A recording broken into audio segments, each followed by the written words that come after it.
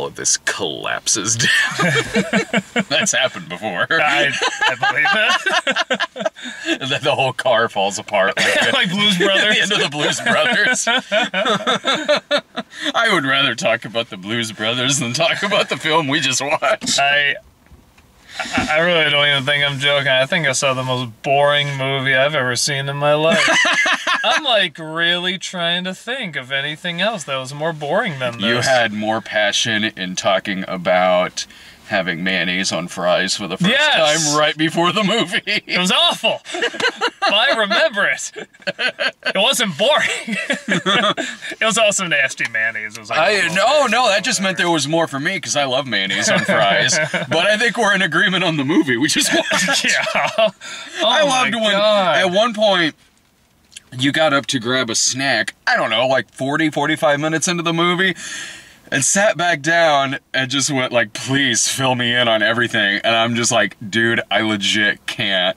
Like, how can anyone? This is just like the most passionless, most uneventful, most stock, most uninteresting, devoid of any character, any fun, any good writing, just anything. And it's like written and directed and co-starring like this big Hollywood star. Elizabeth Banks. Who's directed before, is directed okay. I mean, yeah, Pitch Perfect 2, you said. I mean, not a great comedy, but sure. I mean, I laughed. I thought it was all right. You know, like it's competently done. I'm all right. I saw that okay.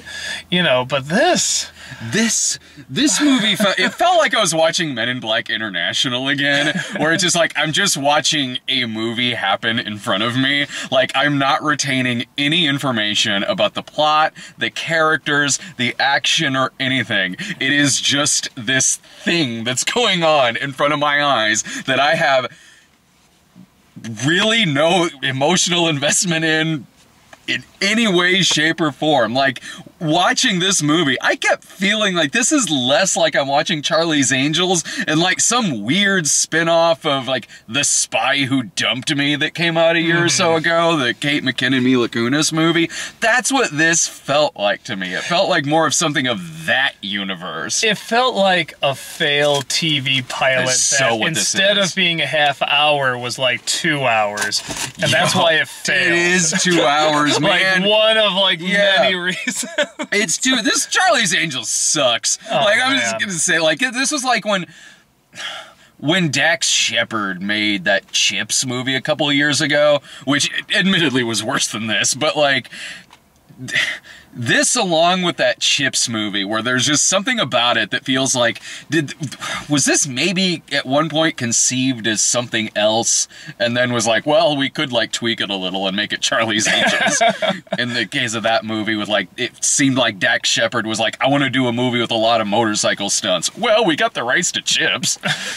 Yeah, I feel like, you know, we both have sat through a lot of shit, and I think it's fair to say like we've grown this appreciation for really, for bad cinema, stuff that's enjoyably bad or uniquely bad, or if it's not good, there's this passion to how bad it is, or there's this comedy, there's a uniqueness to different kinds of bad, and this is just like, I mean, this feels like 10, 15 years old with this writing and these characters. I mean, like, every line, it's like, somebody makes a pun, it's like, did you make a pun? Maybe I did. Oh, did you? Did you make that? Yeah, maybe I did. You know, like, they're just constantly doing the meta humor, like, Austin Powers times a million, you know? But, like, even Austin Powers was bright and colorful and weird. This is just so dull. That's the thing, because, like, last weekend, Rob and I were at Playing with Fire, which was awful, but we've been passionate about our experience. You've been talking about it ever since. Oh, yeah. I'm not going to talk about it after this, man. I'm not going to talk about this movie after we're done filming this. It's not like next time we're all hanging out together, like, we're going to bring this movie up. Like, we won't even remember we saw this fucking movie. We're like, oh, right, that did come out last weekend, and we saw it. Yeah. Now, Charlie's Angels, like, because when I was a kid, I would see the show every now and then on reruns, and the other two, the early 2000s movies I certainly saw. I mean, Charlie's Angels, it's not like it was ever like high art by any means, but when it was working, it would work fairly well, at least in knowing what it is, that it's just like kind of fun fast food, you know? The early 2000s movies, I've seen that first Drew Barrymore movie once when it came out, another time after with Sarah some years later, but I can remember that movie. It's like... Yeah, I never saw the show, I never saw I was curious to see the first movie, kind of what you said for the camp value, but then but then everybody like trashed it. I'm like, okay, I won't check it out, but I mean, after seeing this, I'm like, man, now I'm sure I'd at least remember it. Having never even seen the movie, I at least remember the weird-ass outfits, like the later and stuff, like weird shit like that. The McGee movie, the early 2000s ones, like, sure, it's good at being garbage. Like, it kind of is aware of that, and because of that, there is a high camp to those movies. And the characters do have personalities, like, even the minor characters, like Matt LeBlanc, Crispin Glover, Bill Murray, the second one with Tom Green. Tom Green was in the first one. I haven't seen the movie, but I know he's in that one. I remember that at least. Like, when I was watching I haven't even seen it, and I remember that. Yeah, it's whether you like the other ones or not, like, they'll stick with you. They're memorable. Even the action is well done in them. The soundtrack is good in the other movies. This has none of what I just said. Well, what's really kind of surprising is that I mean, I feel like, you know, an action sequence has got to be hard to stage and shoot, you know, and stuff like that. You know, depending on the shots you get, it must be tricky to edit too. All the action felt like it was a little too zoomed in, and you know, usually the way it works, you punch someone falls over a table, you follow the person falling over the table, or you keep on the person who gave the punch. This, it's like punches, the person falls over, and then the camera like didn't know it was going to happen, and then follows the person. It always felt a little delayed, and then the editing always cut before we could even figure out what just happened. Yeah. You know, at any time an action sequence happened, I was just always like, wait, they're here now? When did they get there? Was they're hanging off of this now? When did this character get here? You know, I couldn't even follow half of it. And when I could follow it, it was just making no sense. Like, there's a car chase in this movie where the bad guy's got a giant Gatling gun, and it's like this bumper to bumper, not really even high speed chase, just a chase, bumper to bumper. Bad guy's got a Gatling gun and is just spraying bullets, while one of our heroes is just standing still outside the sunroof with a machine gun, as if this is a movie where bullets just don't exist. I realize that's a common thing in silly action movies. In this, hardcore. Like, these are like pellets. Like, no glass is being shattered or anything like that. It's just... And if something like that would happen in the other movies, at least would have come across as slightly self-aware, whereas this just feels badly edited. The two things that... one thing stood out, and I thought it was a legit funny joke, because it's both putting so, you know, it's like put so much care and no care at the same time, is that Patrick Stewart plays, is it Bosley? Is that Bosley, plays Bosley, and he's like retiring, and they show, here's a little PowerPoint, whatever, a collection of all your times in service, and it shows him with the original Angels. At first we're like, okay, but then it shows him with Drew Barrymore, Lucy Liu, Cameron Diaz, but like, it's Patrick Stewart. Yeah. And I kind of laughed at that. I'm like, okay, so just Bill Murray and Patrick Stewart are the same person. That's legit funny. It would have been funny if they photoshopped his face over Bernie Mac. Yeah. The second movie. So that opened up so many questions that I should not be asking in this film, in this garbage movie. But yeah, I guess the Bosley from all that is the same guy. Yeah. But in which Bosley is also a code name in this. Yeah, it's like a million Bosleys. Yeah. But yeah, so that's honestly why it's even a little funnier, because you could just so easily say it was a different Bosley. So that was the one joke where I'm like, the more I think about it, the more both insulting, but the funnier it gets too. Yeah, and it's one of the few, I think it's like the only intentionally insulting thing in this movie. Yeah. And I kind of thought if the rest of the movie went like that, I actually would have had a good time, probably. Yeah. Probably, because at least it would have been. At least I would have remembered that, because that'll probably be the only takeaway I have from this film is the Bosley joke, because at no point does he ever act like he's the same guy as Bill Murray from the other movie. The other thing, I feel a little bad about this, because, okay, after, we've always made fun of Kristen Stewart for Twilight, you know, and stuff like that, but she's done other work that... Totally. That in my opinion, is still pretty heavy on the underacting, but it's fine. I mean, I never look at a movie and be like, oh, it's fine except for her. Like, no, she's always totally fine. Here I feel like she got a role where she's playing really against type. She's like energetic. She's almost like like Tank Girl or something like that. Like she's really eccentric Kate and really McKinnon light, kind of.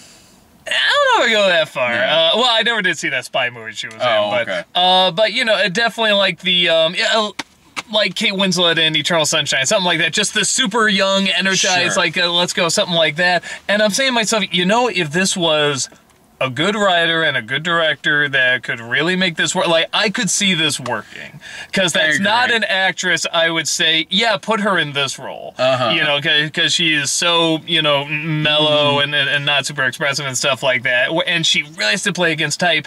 And I'm saying to myself, it's not working, but it almost is. I completely agree, because she was, and a lot of the more recent roles she's had post Twilight, I've liked her quite a bit in, and in this is different than a lot of those other roles.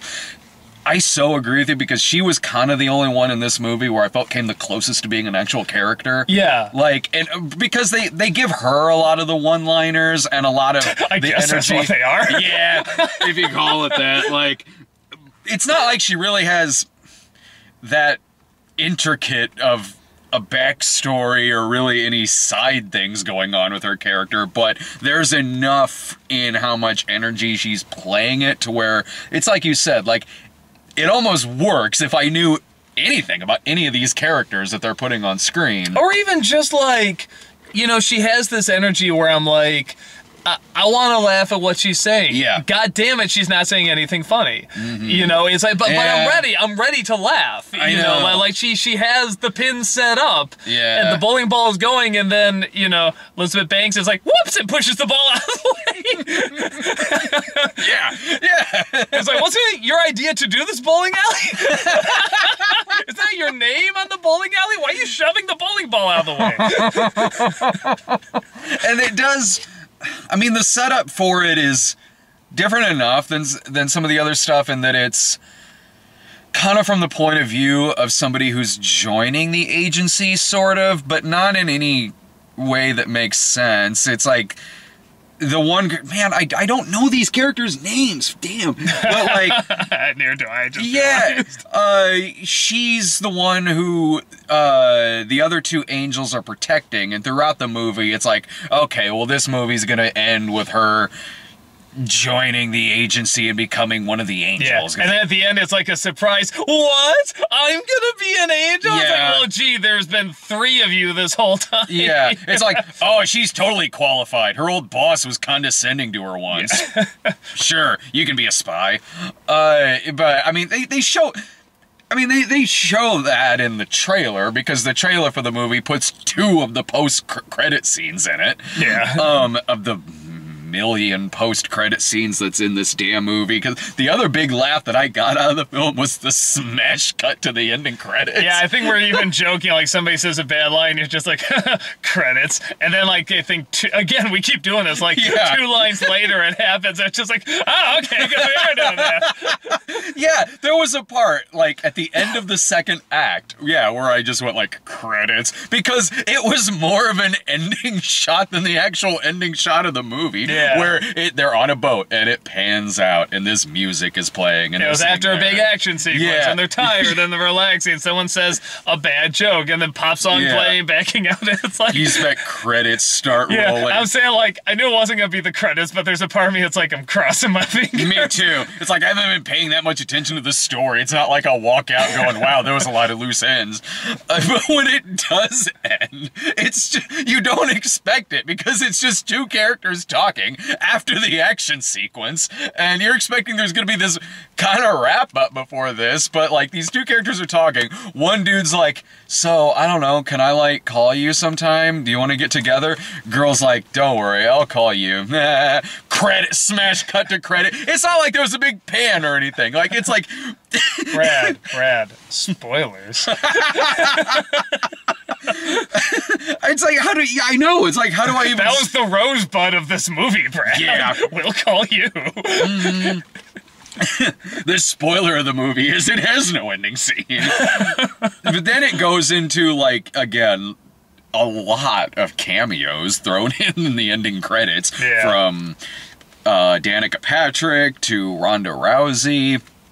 There's a few other people in there, and it just kept going and going and going. It was like, well, the ending of the movie is quick, but they made up for it by the credits being slow as molasses. Yeah. Man, I did not like this movie. This was insufferably lame. I'm really thinking, like, I mean, just to give you an idea of, like, how bad, like, the lines in this are, you know, there's the one where we really were like, there's a part of me where I kind of didn't even know it was a comedy until halfway through and they started throwing in some lame jokes. I'm like, oh, were we supposed to be laughing? No one else in the theater was. Yeah, but of course there were like only 5 other people. Oh, yeah. But there's something where they're talking about, like, you know, I can't remember the exact setup, but they're talking about, yeah, the women being on this mission, and, you know, yeah, if men were here, it'd be, you know, be getting a whole bunch of, you know, fast cars that are furious somehow. Like, some lame delivery like that, and it's just like, what? That I mean, you're stopping there. There's no continuation. Yeah. Okay. That was your This zing. There's so many things like that, like that, where like it will pause to do what the hell? It will pause to do. Sorry, my dashboard's farting. It will pause to do ramble comedy. And this is an almost 2-hour movie, and you could see so many parts that could be cut. Whether it was the goofy faces they're making on the boat, or the part where they start talking about Birdman. And yeah, Burt Lancaster, you know, the Birdman's come back to the to the Albatross, and it's like, you know, Birdman, it's like Burt Lancaster, it's like, oh, Birdman, no, it's Michael Keaton. No, Michael Keaton was Batman. How old are you? Doesn't anyone know movies? And it's like, meanwhile, one of them is kidnapped and kind of being tortured, but it's cool. Keep talking about your movies. I know, yeah, we leaned over going, oh man, I was being tortured. What took you so long? Oh, well, you know, we had to do a dance number and we had to get in the photo booth a little bit. They started playing Bad Girls. Like, we had to dance. I like to, there's a scene where, like, you know, this is like a high-tech, you know, the super rich bad guys and stuff like that. This guy comes in, the kidnapped angel, and brings out, like, a collar. And it's like, oh, fuck, what's that? Even you're like, Jesus. You know, Yeah. what's this going to be? Puts it on. I'm thinking like it's going to be like a button that shocks her, or something that, like, I don't know, electric zap, or it tightens her, or something. Yeah. Just drags her around. That's it. I'm like, what's even the point? Was it just could pull a gun on her? Like, that would have done the trick. Like, this is really weird. It's like someone watched The Perfection that day of shooting. And Sam Claflin is in this as one of the bad guys, which is weird, because a week or so ago, Laura and I watched this movie called The Nightingale. I think it's on Hulu. Like, it's really good. Oh, wait, is that the one that Matt was talking about? From the director of The Babadook. Oh, it's on Hulu? Yeah. Oh, okay. Yeah. I've heard that's really good. Oh, dude, check it out. It's very difficult, but it's really good from what I hear, yeah. He's the bad guy in that. He's one of the bad guys in this. I'm like... I'm sure they're just on par with Right. I'm sitting there going like, okay, like, there's 2 movies out this year where Sam Claflin's the bad guy, the female protagonist. Why am I watching this on the big screen? And I had to wait till home to watch The Nightingale, which is way goddamn better. There is, I mean, I kind of knew we were in trouble where it just opens up with, you know, this close-up of Kristen Stewart, you know, in like a blonde way, trying to act like the ditz, and this super rich guy just like, no, a woman's place is clearly in, I mean, would you want a woman fixing your cars? I'm like, Oh, we're doing this. Okay. Cool. No. What year is it? Yeah, I know. I'm like, why are you going the extra mile to convince us that Charlie's Angels is a girl power product? Yeah. It's Charlie's Angels. I thought they were just going to make meals today. Tenderize the meat, Nancy. You missed the part where, like, the dude who was, when they were going into that high security building, and dude had the what do you call it? The wand, where you, Taser? Yeah, the metal Taser detector wand. thing. Yeah. Oh, the metal detector. Yeah. It's like he's going, and he sees the girl coming up, and he's like, ooh, because he like has a crush on her or whatever. And he like walks out, he's like, hey, how you doing today? Like, just don't move, all right. And then like she goes in, he's like, now remember to smile all day. I'm like, what's with like rapey taser guy? Commentary. It's so you wouldn't feel bad when he gets weirdly killed 5 minutes later. Oh, is that the guy? Oh, the guy who got killed by the electric thing. No, it's so funny because he has. I remember that's the only name I remember in this, Ralph. Yeah, it's like, you killed Ralph. What about Ralph? We gotta save Ralph. Like there was so much more investment around Ralph, this I guess pervy security guard, than any of their characters in this movie. And yeah, I was just like, oh, okay, that's who that was. But wait, why was I supposed to care about him? He's really weird with a metal detector. God, no, I just this isn't even worth watching at home. Just watch the other movies or watch the television series. Yeah, I mean, like I said, I've never watched either. Watching this doesn't really make me want to watch them, except for the fact that I know they'll be better. Yeah. And like I said, they'll leave an impact at least. They do. I really can't see myself remembering anything about this. No, this is going in that file of, again, like Men in Black International, where I'm just going to forget this shit even happened. I feel like... I don't know, like, because it was written, directed, and co-starred, this actress, I'm thinking to myself, I'm like, well, maybe it's just like, you want a movie, you want to make it here, you can write this movie, and you can direct it, and you can even co-star in it, just have it in by this time, and this budget, and this time limit, and stuff like that. Yeah.